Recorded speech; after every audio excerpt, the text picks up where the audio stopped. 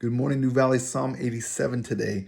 And this psalm is entitled, Glorious Things of You Are Spoken.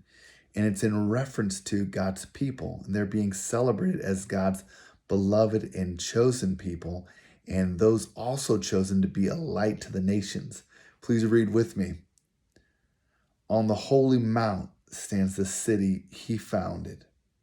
The Lord loves the gates of Zion more than all the dwelling places of Jacob. Glorious things of you are spoken, O city of God. Among those who know me, I mention Rahab and Babylon. Behold, Philistia and Tyre with Cush. This one was born there, they say. And of Zion it shall be said, this one and that one were born in her. For the Most High himself will establish her. The Lord records as he registers the peoples.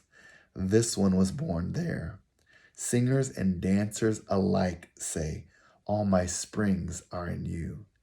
And I love this psalm for a couple reasons. First of all, if you recognize the title, Glorious Things of You Are Spoken, you may identify it as a popular hymn written by John Newton.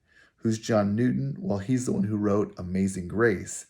And what's remarkable about his life is that he was a slave trader turned abolitionist.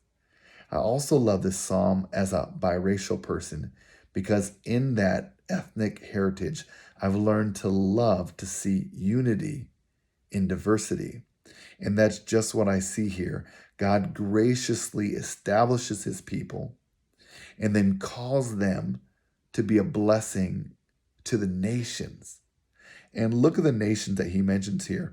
Rahab, which means arrogant one, and it refers to Egypt. Babylon, another notorious enemy of the people of God. Philistia and Tyre and Cush, a distant land. God calls his people to love and to care for those that are far from him and those that have deeply opposed and killed them. What a grace, what a city, what a unity that God has called his people to. And there's no greater place to see this than Christ, who lived a sinless life, and while he was on the cross, being mocked and ridiculed and hated by different nations, tribes, and traitors, Jesus looks down and says, "Oh, Father, forgive them. They have no idea what they're doing." He speaks a word of grace over them. And saints, if you feel like you're at odds with God today, he speaks a word of grace over you. And he also has called you to mission, to speak a word of grace over the nations. How can you do that? By loving your neighbors, by loving those who oppose you, and by showing mercy. The Lord bless you, saints, with this good word. Peace.